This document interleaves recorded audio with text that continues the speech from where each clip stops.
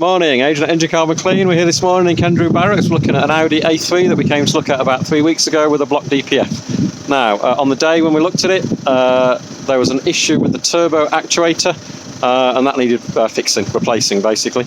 So we referred the owner to go and get that done first, which is now done. Back here this morning, cleaning up that engine, and first that we've already done, a DPF clean, get that unblocked. DPF clean is going to be done when the DPF's blocked. It's not a kind of a regular maintenance thing. It's only there really to get it unblocked. Most of the time when a DPF's not regenerating, it's down to another issue.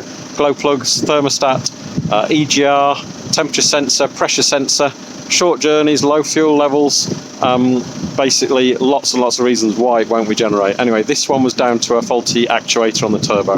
That's now been replaced. Back today, DPF clean success, engine clean now, pretty much done on this one now. It's running a dream compared to what it was when we first got here this morning. All the codes are gone, all the lights are off, everything's back how it should be, running nice and smooth and quiet again.